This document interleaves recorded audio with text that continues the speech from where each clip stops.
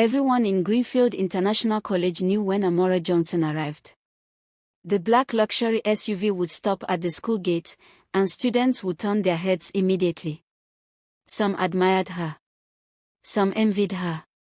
Others only wanted to be close to her because of who her father was. Her father, Mr. David Johnson, was one of the richest businessmen in the city. He owned companies, expensive properties, and people spoke his name with respect. Amara had everything a teenager could dream of. Designer clothes. The newest phones. A personal driver. Luxury vacations. Money whenever she asked. Yet every morning, as she stepped out of the car with confidence painted across her face, there was a strange emptiness she never understood. "Good morning, Miss Amara," the security guards would greet. She smiled slightly and walked away. At school, everyone wanted her attention. "Amara, are you coming to the party this weekend?" "Amara, I love your shoes." "Amara, your bag looks expensive." People surrounded her, but none of them truly knew her. And perhaps, she didn't know herself either. One evening, Amara returned to her family's mansion. The house was beautiful, large glass windows, expensive decorations, and enough rooms for a small hotel. Still, it felt quiet. Too quiet. Her mother was attending another business event. Her father was overseas for meetings. The house workers moved around, but no one really talked to her. Her dinner was already prepared. As always. Amara sat alone at the long dining table. The silence felt heavier than usual. She stared at her untouched food. Then whispered softly. "What's the point of having everything if I'm always alone?" No one answered. A few weeks later, a new student joined her class. Her name was Adiz Okonkwo.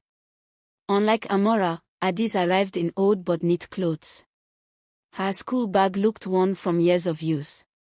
Some students laughed quietly. Others ignored her. But Adiz didn't seem bothered. She smiled often. She greeted everyone warmly. And somehow, she looked happier than many rich students. Amara noticed. One afternoon after school, heavy rain began to fall.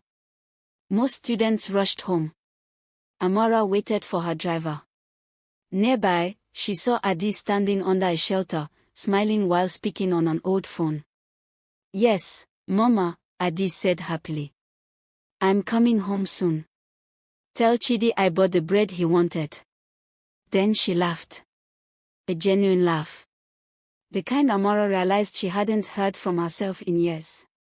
Days passed. Unexpectedly, Amara and Adiz became friends. For the first time, someone spoke to Amara without caring about her money. One day Amara visited Adiz's home. The house was small. Simple furniture. No luxury. No expensive decorations. Yet the moment she entered, warmth filled the room. Adiz's mother hugged her daughter immediately. "You're back. We missed you." Her younger brother ran toward her excitedly. Everyone talked. Everyone laughed. Everyone cared. Amara watched silently. Her chest tightened. Because suddenly she understood something painful. This family had little money. But they had something her wealth never gave her. Love. That night, Amara returned to her mansion. The expensive lights shone brightly. The rooms remained silent. For the first time in years, tears rolled down her cheeks. Not because she lacked money, but because she realized money had hidden what she truly needed. Connection. Care. Family. Slowly, Amara changed. She became kinder. More humble.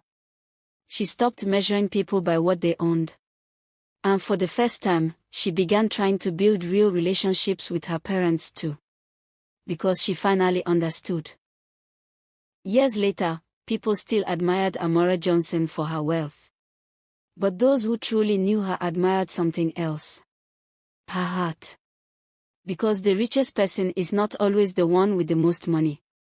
Sometimes, it is the one surrounded by genuine love.